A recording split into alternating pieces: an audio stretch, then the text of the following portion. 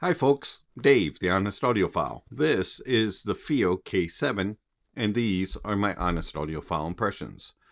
I want to thank Apos Audio for providing the Fiio K7 for a review. To greatly appreciate it, Apos Audio, you rock.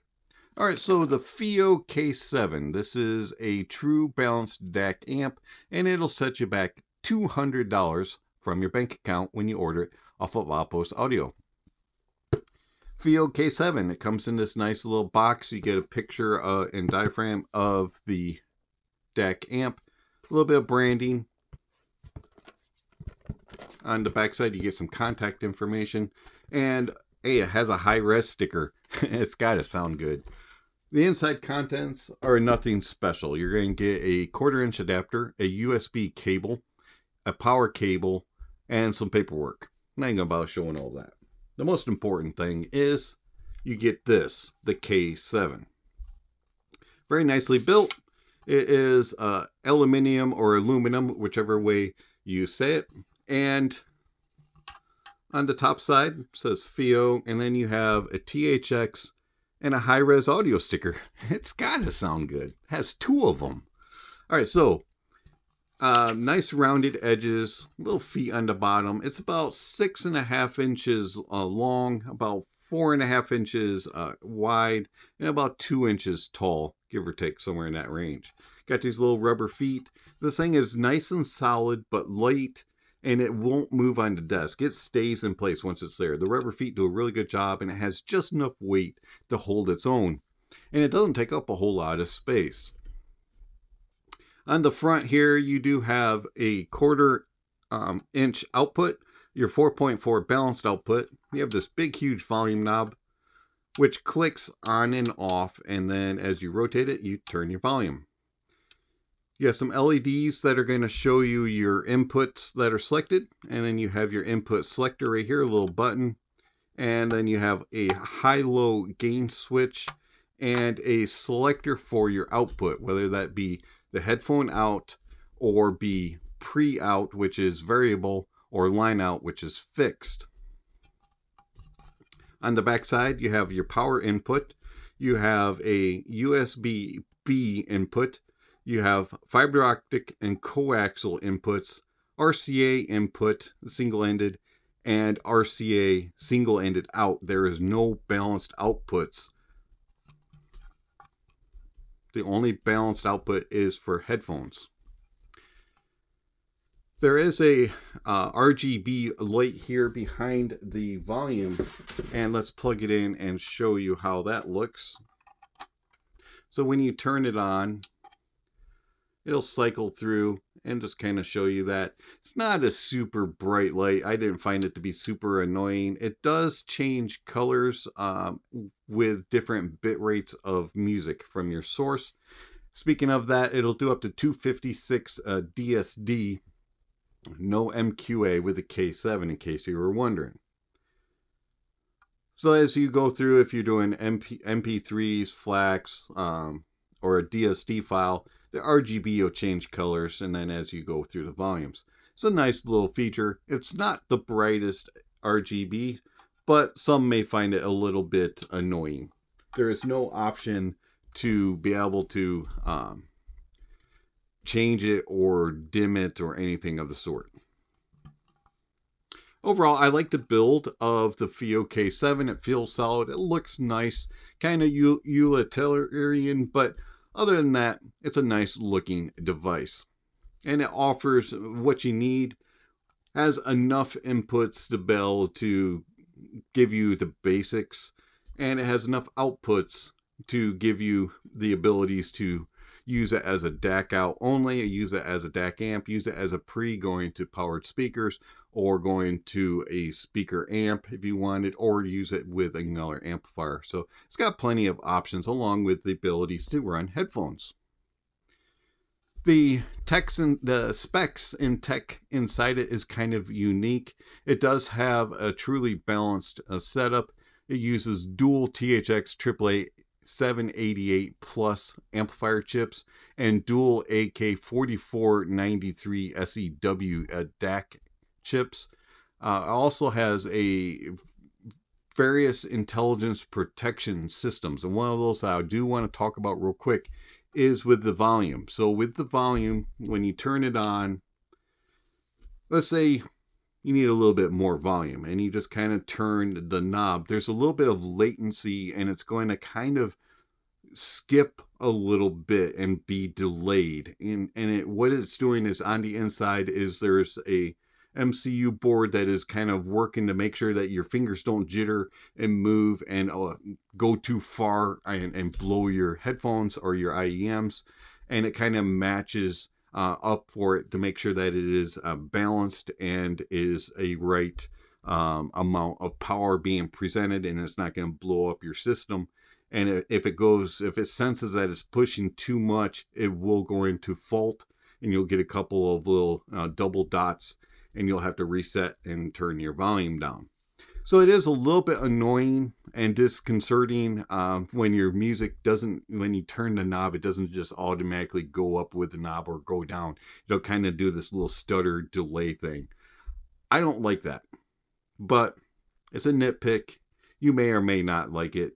But I do like the feature that, hey, you know, if my hand does slip and I accidentally do go max volume by accident, it's going to save my gear. So take it as you may. Some other specs that it has 2 gain levels. It goes up in high gain by 6 dB. It has your different output modes, which are your 1/4 inch, your 4.4 balanced, and the RCAs. Your inputs are USB, optical, coax, and RCA, as already mentioned. Output power. On single-ended, this has 1.2 watts of power at 32 ohms. And then on the balanced output, it has 2 watts of power at 32 ohms. Output impedance is 1 ohm. And SNR is 128 decibels. And noise floor comes in around 4.1 UV. So overall, the specs are quite impressive for a $200 device. You don't see a dual amp DAC chips too often in this price point, and they're very rare. So it is quite impressive that you can get THX and duals at that price point.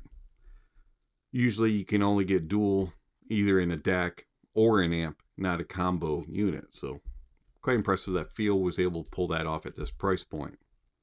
Overall, I like the Fiio K7. Sound-wise, this thing's rather impressive.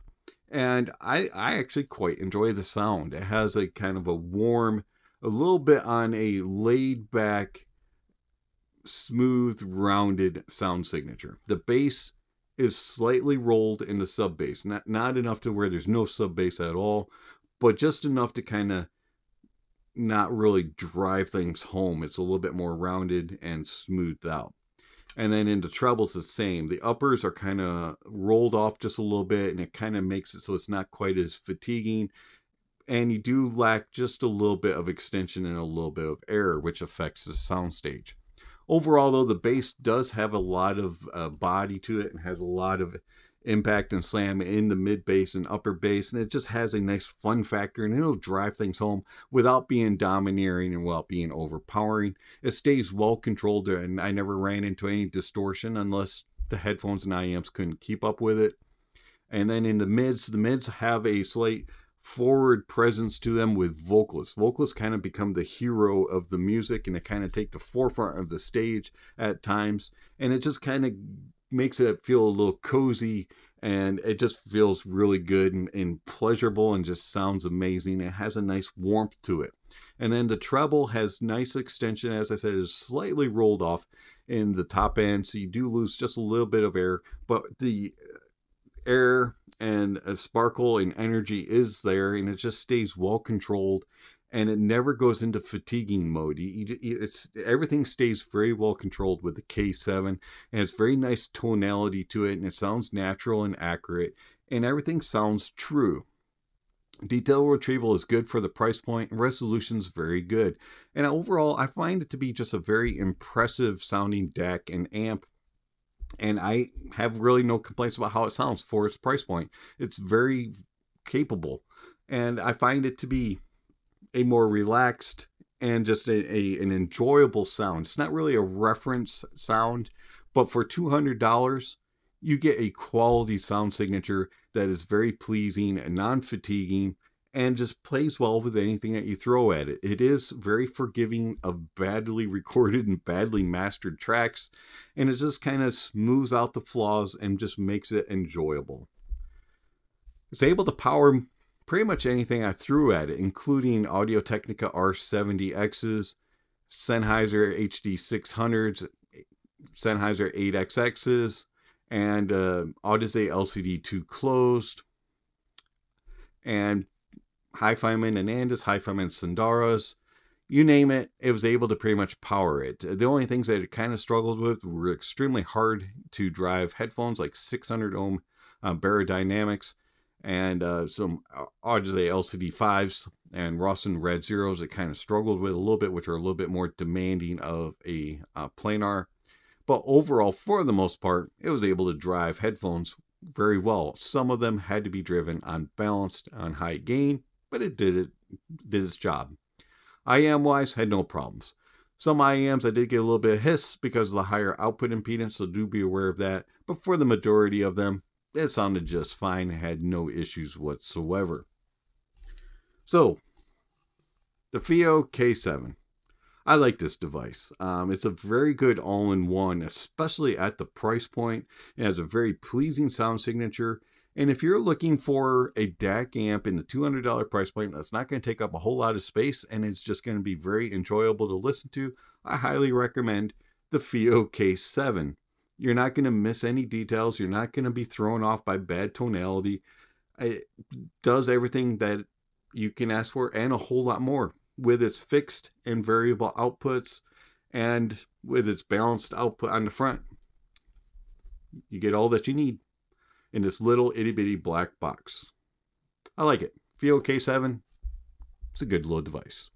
It's been Dave, the Honest Audiophile. Thank you for watching, and I'll catch you on the next video. Speaking of next video, somewhere on screen, subscription links, notification bells. If you haven't already, please check those off. Don't forget to give a thumbs up or a thumbs down to the video.